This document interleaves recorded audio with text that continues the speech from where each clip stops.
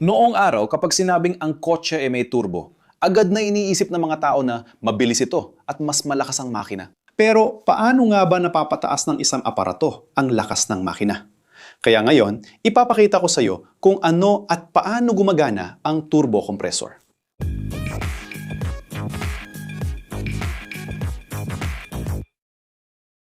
Kamusta mga ina ng ininyeria? Ngayon, tatalakayin natin ang isang bahagi na kilala sa performance at pagiging episyente ng maraming sasakyan, ang turbo compressor.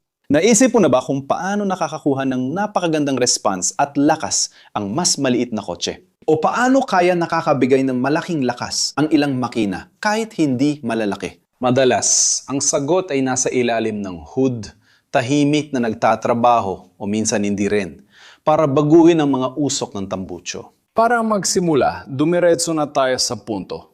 Ano nga bang turbo? Sa pinakaubod dito, ang turbo o turbo compressor ay isang mekanika na aparato na may napakalinaw na misyon. Pilitin ang mas maraming hangin papasok sa makina. Isipin mo ang makina ng kotse mo bilang isang atleta. Kapag mas maraming oksiheno ang kaya niyang malanghap, mas maraming enerhiya ang kaya niyang likayin. Tama? Ganon din sa makina. Mas maraming hangin ay nananahulugan ng mas maraming oksiheno na magagamit. Magagamit ito para masunog ang mas maraming fuel at ang mas maraming nasusunog na gasolina ay nagresulta sa mas malaking lakas. Pero paano nagagawa ng turbo ang kakaibang kakayahan na itulak ang mas maraming hangin papasok sa mga silindro, lampas pa sa kaya ng makina na sumipsip ng hangin ng natural? Ang malaking diskarte ng turbo ay nasa katalinuhan nitong gamitin ng isang bagay na, kung hindi, ay tuluyang masasayang ang mga usok ng tambutso. Oo, yung mainit at presyuradong usok mula sa makina. Após a combustão, na kadalasan ay itinatapon lang palabas ng tambutso. Kinukuha ng turbo ang mga usok na ito at pinapakinabangan. Isipin mo mong hawak ang hose at imbes na basta dumaloy ang tubig, tinutok mo ito para paikutin ang maliit na gulong gamit ang tubig. Simple lang ang paghahambing pero malinaw ang prinsipyo. Ang usok ng tambutso, kasamang enerhiyang kinetiko at init, ay itinutok sa bahagi ng turbo na tinatawag na turbina. Ang turbina ay parang isang maliit na ilisi o isang pinwheel na dinisenyo para umikot sa napakabilis na bilis kapag tinamaan ng mga usok ng tambutso. At kapag sinabi kong napakabilis na bilis, pinag-uusapan natin ang daan-daang libong ikot kada minuto. Talagang kahangahan na ito. Pero ano ang kaugnayan ng umiikot na turbina na ito at ng dagdag na hangin na kailangan ng makina? Dito pumapasok ang katalinuhan ng disenyo. Ang turbina ay nakakabit sa isang baras. Isang baras na nakakonekta rin sa isa pang bahagi na tinatawag nating kompresor. Isipin mo ang baras na ito bilang tulay na nag-uugnay sa dalawang bahagi ng turbo. At iyan ang dahilan kung bakit tinatawag natin itong turbo compressor. Kaya kapag pinaikot ng mga usok ng tambutso ang turbina, umiikot din ang baras at bilang resulta, umiikot din ang kompresor. Ang kompresor naman ay parang isang uri ng bentilador o bomba ng hangin, pero mas malakas. Nakaposisyon ito sa air intake ng makina. Bago makarating sa mga silindro, hinihigop at kinukomprimi muna ng kompresor ang hangin sa paligid.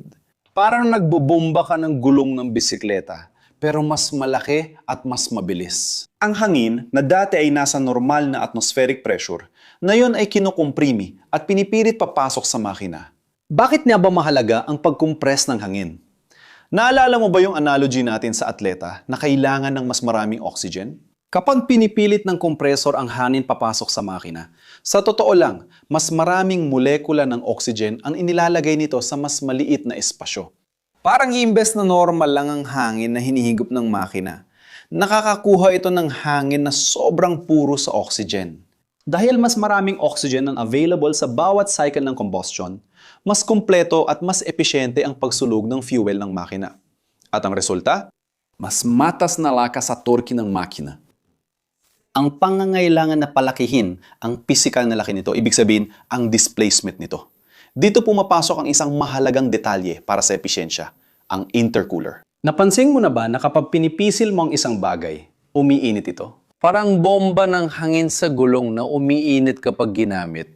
Ganito rin ang hangin kapag kinokompress ng kompresor.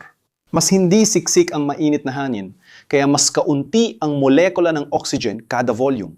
Para maparami ang dami ng oxygen na pumapasok sa makina, kailangan natin na ang compressed na hangin ay maging kasing lamig hanggat maaari. At dito, pumapasok ang intercooler sa eksena. Ito ay parang radiator ng hangin na nagpapalamig sa mainit at pressurized na hangin na galing sa kompresor bago ito makarating sa makina. Pinapataas ng intercooler ang densidad ng malamig na hangin upang mas maraming oxygen ang makuha ng makina para sa mas mahusay na pagsulog ng gasolina.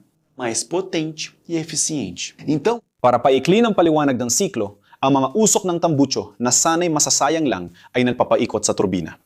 Ang turbina na nakakabit sa isang baras ang nagpapapaikot naman sa kompresor. Sumisipsip at nagko-compress ng hangin ng kompresor.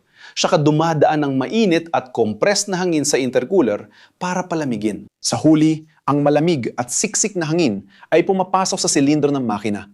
Hinahalo sa fuel para sa mas malakas na pagsabog at mas maraming oksiheno. Isa itong tuloy-tuloy at malikaing siklo ng pagbawi ng enerhiya. Paano yung tunog ng pagbahing na naririnig natin? Turbo ba yon? Sa totoo lang, hindi. Ang tunog ng pagbahing na yon ay tinatawag nating balbula ng prioridad o blow-off. Isipin mong nasa isang siklo ka ng pag-compress ng hangin at ipinapadala ito sa makina. Kapag tinanggal mo ang paa mo sa silinyador o nagpalit ng kambyo, nagsasara ang pasukan ng hangin sa makina, pero tuloy pa rin ang pag-compress ng kompresor. Problema, wala nang mapuntahan ng hangin ngayon. Para maiwasan ang labis na pagtaas ng presyon, bumubukas ang balbula para pakawalan ang nakakompress na hangin. Ang ingay o parang pagbahing na naririnig natin ay tunog ng hangin na mabilis na nilalabas ng balbula. Pero may pagkakaiba dito. Ang balbula ng prioridad ay gumagana sa pagpasok ng hangin. Meron din tayong wastegate, isang balbula para kontrolin ang mga gas ng tambutso. Sa madaling salita, ito ang kumukontrol sa presyon ng mga gas ng tambutso at nagsisilbing daanan kapag may sobrang presyon sa turbina. Dahil dito, kinokontrol nito ang bilis ng turbina at bilang resulta, ang presyong nililika ng kompresor na iniiwasan ng pagkasira ng turbina o ng mismong makina. Ngayon, maaring nagtatanong ka, mayroon pa bang ibang paraan para pilitin ang hangin papasok sa makina? Oo, meron. At ito ay tinatawag na supercharger o kompresor, mechanical na kompresor. Ang pangunahing pagkakaiba ng turbo at supercharger ay nasa paraan kung paano sila pinapaandar. Ang turbo ay gumagamit ng enerhiya mula sa usok ng tambutso, samantalang ang supercharger ay pinapaandar direkta ng makina, karaniwang gamit ang sinturon sa crankshaft. Ibig sabihin nito, ang supercharger ay kumukuha ng kaunting lakas mula sa mismong makina para gumana. Samantalang, ang turbo ay gumagamit ng enerhiya na kung hindi ay masasayang lang. Pinupuri ang turbo dahil episyente ito sa enerhiya at nagbibigay ng dagdag performance mula sa masasayang lang sana. Pagdating sa episyensya, mahalagang liwanagin ang isang karaniwang paniniwala. Karaniwan, ang turbo ay iniugnay sa sports cars na mataas ang performance at malakas sa gasolina.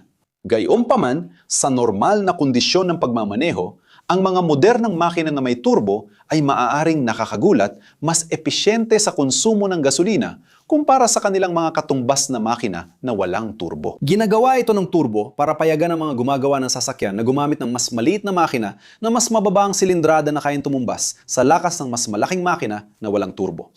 Ang maliit na makina ay mas matipid sa gasolina kapag hindi mataas ang hinihingi nitong lakas. Pumapasok ang turbo kapag kailangan mo ng dagdag na lakas. Pero sa araw-araw, makakatulong ito sa pagtitipid. Maraming gumagawa ng sasakyan ang nagdidisenyo ng kotse na may turbo para mapataas ang lakas nang hindi tumataas ang polusyon. Isa itong teknolohiya na talagang nagbigay daan para magkaroon ng access sa antas ng performance na dati ay para lang sa malalaking makina. Ang inhinjeriya sa likod ng turbo ay isang napakagandang halimbawa kung paano natin mapapakinabangan ang mga resources at gawing mahalagang pinagkukunan ng enerhiya ang isang bagay na dati ay itinuturing lang na byproduct. Kaya sa susunod na, makarinig ka ng sipol na tunog ng turbo o maramdaman mo ang dagdag na hatak sa isang sasakyan, alam mong hindi ito mahika, kundi matalinong inhinyerya na ginagamit ang bawat gramo ng enerhiya.